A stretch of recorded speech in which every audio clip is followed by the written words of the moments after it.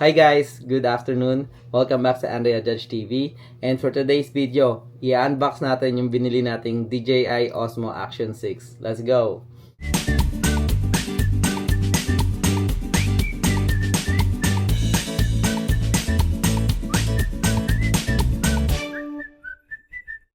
And ito na nga guys, ang ating DJI Osmo Action 6.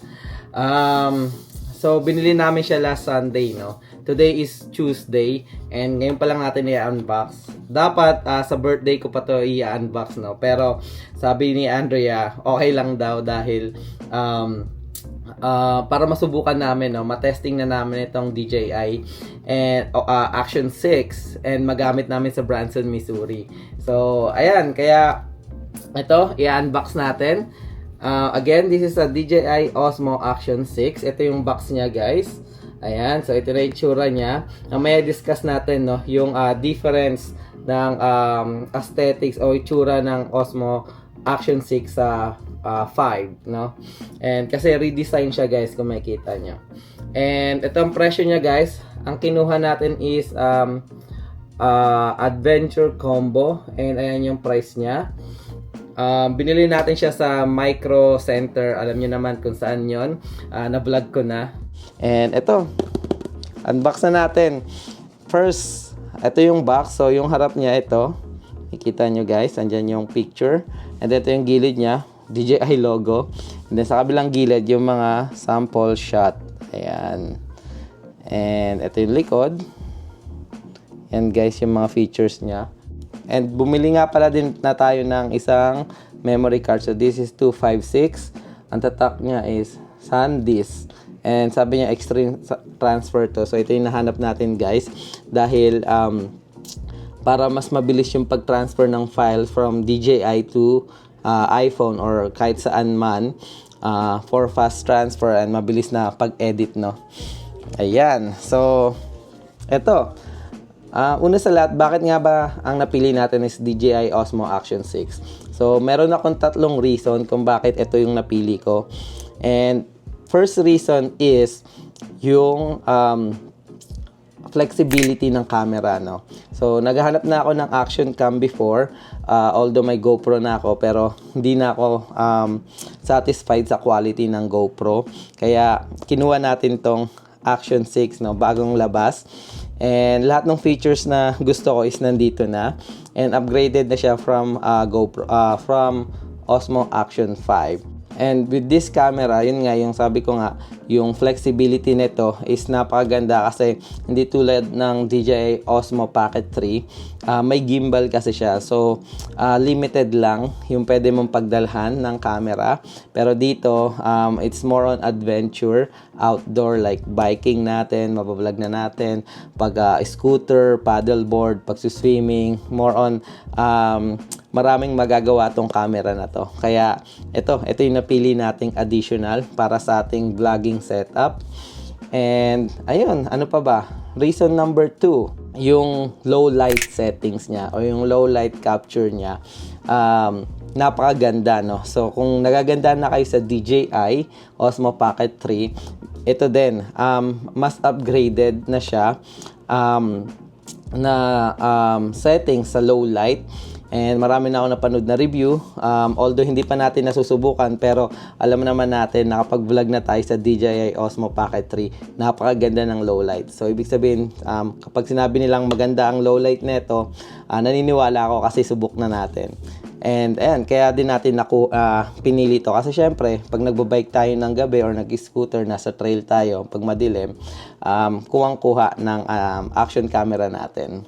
And syempre, yung pang-tatlo na reason kung bakit ko to binili is yung wide angle. Actually, yun lang din talaga yung isa sa mga features na gusto ko sa mga ganitong camera is yung wide angle na shots. Although yung DJI before, meron akong lens nun na pwede kang mag wide angle ng camera.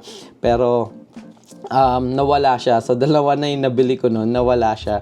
So, with this, hindi na ako manghangamba mawawala yung lens dahil pwede mo siyang i-settings ng wide angle. Kaya, ayun yung mga reasons kung bakit napabili ako ng action camera. And mamaya, pagbukas natin, sasabihin ko naman yung mga features kung bakit ito yung napili kong brand o kung bakit ito yung binili kong action camera and why DJI Osmo Action 6 instead of Action 5. So, ayan. Ano pa hinihintay natin? Buksan na natin. Let's go. Ayan, guys. So, excited na ako.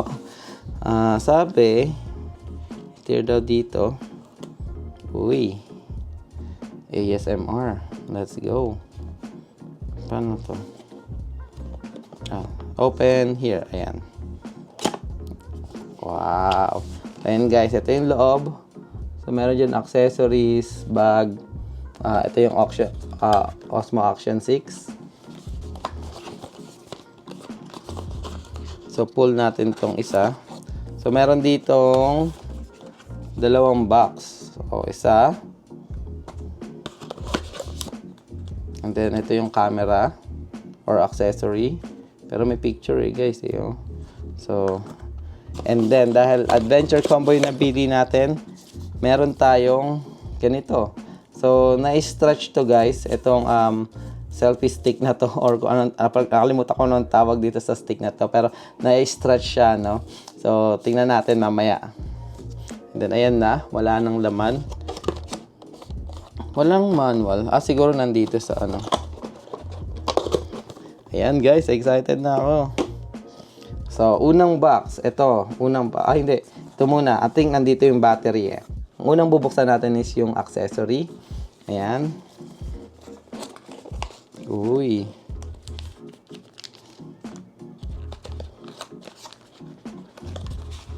Dito pala yung manual. Ayan.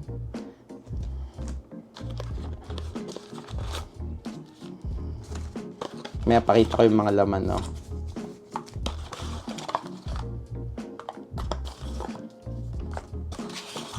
Okay, ito yung nilalagay sa mga damit-damit. Ayan. So, and then, ito yung pangalawang box. I think nandito na yung DJI natin. Let's go! Excited na ako. Ayan. Buksan natin, guys. Ayan na siya. Oh, nice. Let's go. ASMR guys, Sarap mag-unbox. Buksan natin.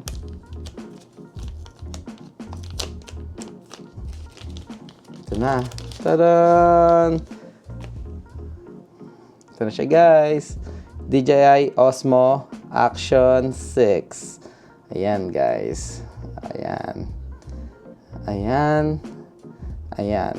So, ito guys, ayan yung niya, bagong design niya or redesign. Ito naman yung design ng DJI Osmo Action 5. Ayan yung picture. And makikita nyo, malaki yung difference, no? Sabi nila medyo lumaki to. Hindi ako nagmamay-ari ng Action 5 kaya hindi ko mapag-compare, no? Pero sa lahat na napanood kong review, mas mas malaki ng konti, no? And then yung lens niya, mas maganda. So mamaya, sasabihin natin yung mga features nito pa isa-isa. Ayan. And then, ito yung cable niya. Charging cable. And meron tayong yan. Ito yung magnetic mount niya, guys, no? So, lalagay mo siya dito. Ayan, tulad niyan. And then, parang i-clip mong ganon. Ayan, malakas yung magnet niya. Tapos, nandito na. Ikakabit mo na kung saan. So, ito yung maganda. And, may sabihin ko kung isa din yun sa features na yun kung bakit gusto ko tong brand na to. Ayan. Ano pa ba ang mga accessory natin? Buksan. Itong isa. Oy, dalawa yung natin. Ayos. Pwede natin ilagay sa helmet guys pag nagbabike tayo, no? So excited na ako. And then ano pa to? Ito, meron tayong sticker. Mamaya ako na anuhin. Meron tayong ito yung curb mount. Ayan, pwede sa kotse na curb yung yung paglalagyan mo or helmet, no? Usually sa helmet to. So magandang addition siya, guys. Ayan. Kaya adventure pack yung kinuha natin, no? Then meron din tayong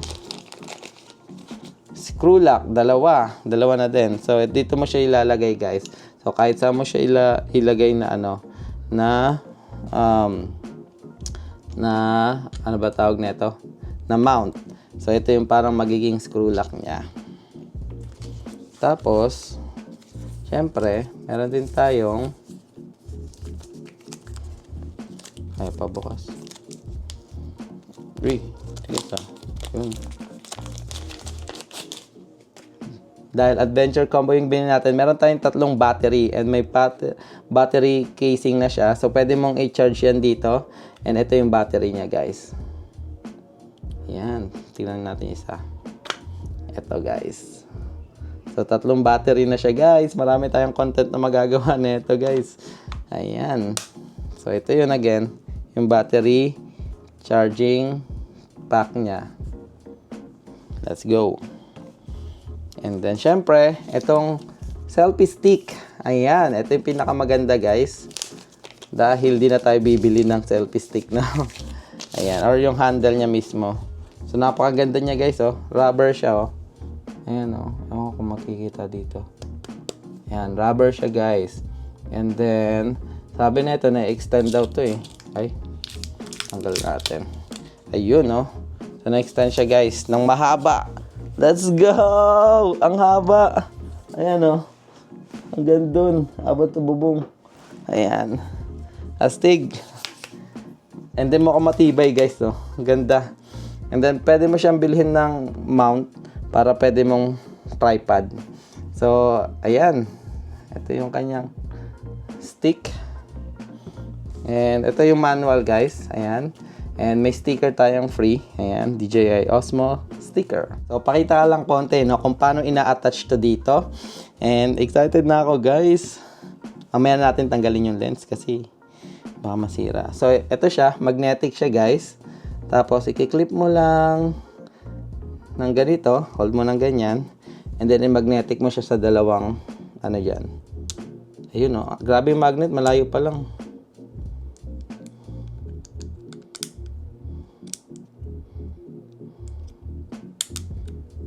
Ayan. So, dapat make sure nyo, guys, na nakalock to, tong gilid. Pero easy to attach siya, guys. Hindi tulad dati sa GoPro, no? Na ano. And then, pwede mo na siya ilagay kahit saan. So, lagay muna natin dito.